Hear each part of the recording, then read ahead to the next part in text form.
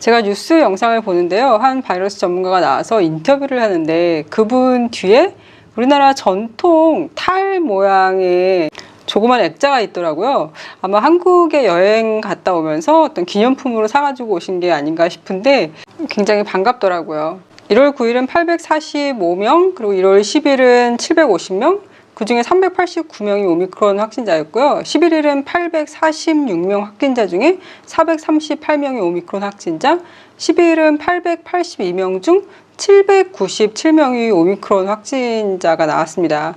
오미크론 퍼센티지가 계속 늘어났는데요. 13일은 다시 797명 중 549명의 오미크론 확진자가 나왔습니다. 2021년 코로나로 인한 사망자 중 싱가포르에서 사망자요 802명이 사망을 했는데 그 중에 555명이 백신을 맞지 않은 사람이라면서 싱가포르 보건부 장관이 백신의 중요성을 다시 한번 강조했습니다. 백신을 맞지 않은 사람들은 회사도 못 나가게 하는 등 너무 가혹한 것 아니냐는 얘기가 있었는데요. 코로나 확산을 방지하기 위해 싱가포르는 조치를 취해야 했고, 백신을 맞지 않은 사람들에게만 규제책을 취하지 않으면 싱가포르 국민 전체한테 다 규제책을 시행해야 되기 때문에 그렇게 할 수 없어서 백신을 맞지 않은 사람에게만 규제책을 시행하는 거라고 합니다. 2월 1일부터는 완전 백신 접종을 한 사람들만 택시, 그랩, 고잭 등의 운행이 가능하다고 했는데요. 이 기사가 나고 나서 다음날 그랩, 고잭이 진짜 안 잡히더라고요. 그리고 한 6불에서 7불 갈 수 있는 거리를 20불 중반이 훨씬 넘게 가격이 책정돼 있더라고요. 백신을 아직 안 맞으신 분들이 백신 맞으러 가시느라고 이렇게 많이 어떤 공급이 부족했나 싶었습니다. 택시업계에서는 기간을 더 늦춰줄 것을 부탁했지만 2월 1일 데드라인에서 변동이 없다고 싱가포르 정부가 못 박았습니다. 싱가포르 만 5세까지 백신 접종을 하고 있는데요. 만 5세부터 만 11세까지는 현재까지는 아직 의무는 아니고 선택에 의해서 맞을 수 있는데요. 홍보는 많이 하는 편입니다. 백신을 맞아야 안전하다고요. 하루 8만 명 이상의 감염자가 나오자 독일은 만 12세에서 만 17세 청소년들에게도 부스터샷을 접종할 것을 권고하고 심의에 들어갔습니다. 아이들이 부스터샷을 맞아야 하는 날이 오기 전에 얼른 코로나가 좀 종식되면 좋겠습니다. 신속 항원 검사나 자가 검사를 코에 면봉을 집어넣어서 하잖아요. 그런데 이렇게 하는 항원 신속 검사에서는 오미크론이 잘 발견이 안 된다고 합니다. 이미 입을 통해 바이러스가 들어갔을 경우 감염이 된 상태인데 바이러스가 아직 목에 머물러 있는 상태이고 코로 전달되기까지는 시간이 좀 걸린가 봐요. 하지만 코로 전달돼서 항원 신속 검사를 통해 이 사람이 바이러스 확진자라는 게 나오기 전에 이미 그 사람은 바이러스를 퍼뜨릴 수 있다는 거예요. 이 연구는 PCR 검사와 항원 검사를 동시에 받은 고위험 직업의 오미크론 감염자 29명을 대상으로 했는데요. 팀으로 하는 PCR 검사에서 확진자라고 나왔는데 이 사람이 다시 신속 항원 검사의 양성을 보기까지는 3일이 더 걸렸다고 합니다.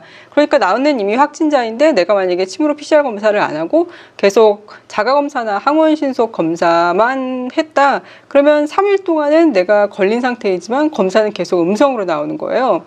그래서 항원검사에서 음성을 보이더라도 여전히 오미크론을 전파할 수 있는 위험을 지니고 있다고 주장을 했는데요. 이렇기 때문에 자가검사하는 면봉을 이렇게 코로만 하지 말고 목으로도 하게끔 미국의 승인을 받아야 한다는 주장이 있었지만 전문가를 동반하지 않은 면봉을 이용한 목 검사는 위험할 수 있다고 자가검사는 코로만 가능하다고 합니다. 이스라엘은 항원 신속 검사를 할 때 목 검사도 함께 하기로 결정을 했다고 합니다. 영국은 오미크론으로 인해 너무 많은 사람들이 감염돼서 일손이 부족해지자 격리를 5일로 줄였는데요. 여기도 싱가포르처럼 격리 날짜만 지키면 격리 해제될 때 어떤 코로나 검사를 해서 음성 반응이 나와야지 해제되는 게 아니라 그냥 자동 격리 해제가 되는 거예요. 그런데 한 의학자가 2020년 데이터에 의하면 13%의 사람들이 10일이 지나도 계속 바이러스를 전파할 수 있는 상태였는데 5일 격리는 너무 위험한 것 아니냐라는 의견을 내었습니다.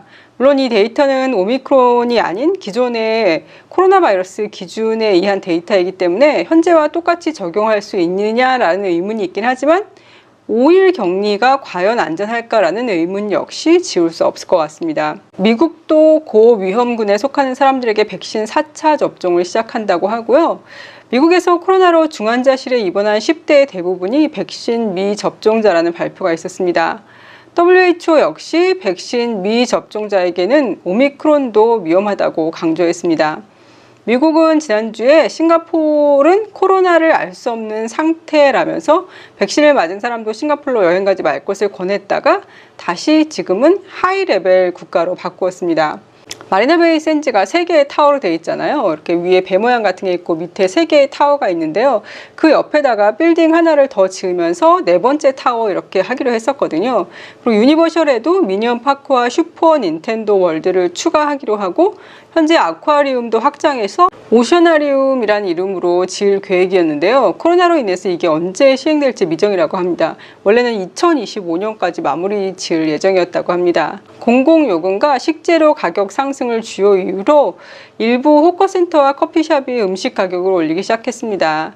인플레이션이 단기간으로 보이면 단골 고객들을 위해서 그냥 본인들이 뭐 재료값이 상승했더라도 그냥 안고 가려고 했는데 이 인플레이션이 단기간으로 보이지 않고 계속 지속될 것 같아서 어쩔 수 없이 가격을 올리기 시작했다고 합니다. 말레이시아에서는 음식값은 유지하는 대신 음식 양을 줄일 거라고 하네요. 싱가포르의 실업률이 줄어들긴 했지만 많은 직업이 정규직이 아니라 비정규직이고 아르바이트라 언제든 직업을 잃을 수 있는 위치라서 정규직을 찾는 게 중요하다는 기사도 있었는데요. 정규직보다는 비정규직, 아르바이트를 채용하는 게 세계적인 추세로 흘러간다면 근데 지금 저희 세대는 이게 굉장히 좀 불안하고 그렇게 보이잖아요. 나중에 저희 아이들이 살아갈 세대에는 혹시 이게 그냥 일반적인 상황이 되는 게 아닌가.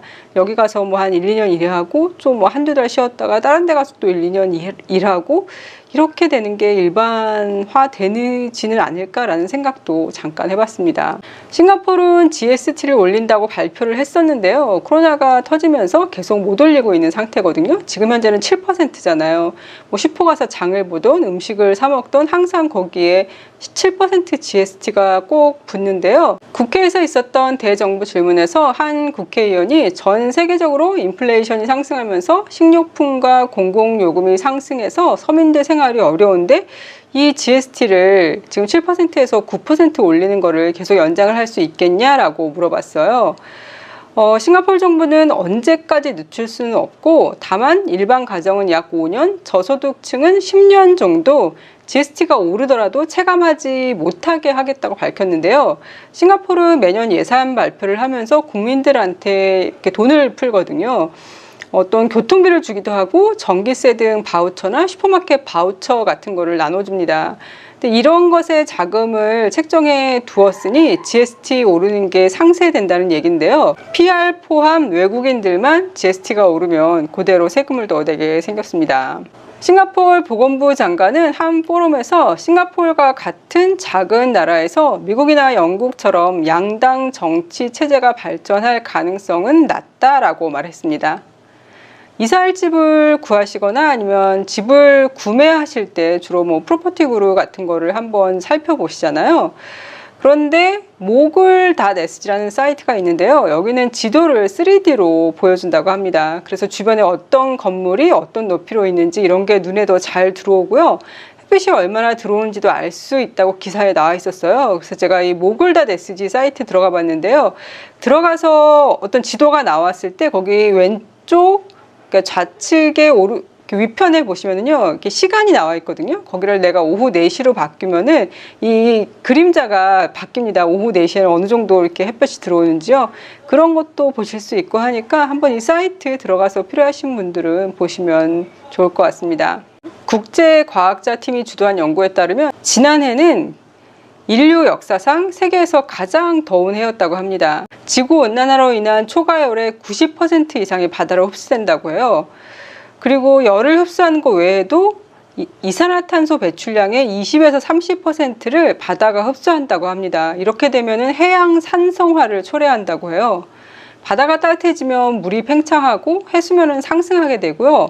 더 따뜻한 바다는 또 기상 시스템을 파괴해서 강력한 폭풍과 허리케인을 만들고 그래서 강수량이 증가해서 또 홍수가 생길 수 있고 이렇게 악순환이 계속 반복이 된다고 합니다. 아시아의 최고 갑부가 인도의 안바니라는 사업가인데요.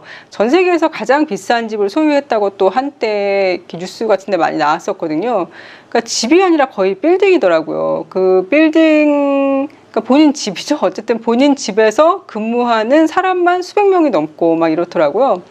이 사람이 청정 에너지 프로젝트에 미화 760억 달러를 투자하기로 했다는데요. 기사를 읽다 보니까 우리나라 포스코가 그린 제철소 설립을 이 사람 회사와 함께 인도에 하기로 했다는 뉴스가 나오더라고요. BTS의 정국과 블랙핑크의 지수가 세계에서 가장 잘생기고 아름다운 사람으로 뽑혔다고 합니다. 이것도 참 요즘은 이런 일이 참 비일비재하긴 하지만 제가 20대 뭐 이럴 때만 해도 이런 거는 그냥 다 서양 사람들이 나왔었거든요. 참 세상이 많이 변했다라는 생각이 듭니다. 오영수 배우님 골든 글로브 나무조연상 정말 축하드리고요. 대한민국 문화 강국을 위해서 더욱 발전하는 한 해가 되었으면 좋겠습니다. 그럼 오늘도 건강하고 행복하세요.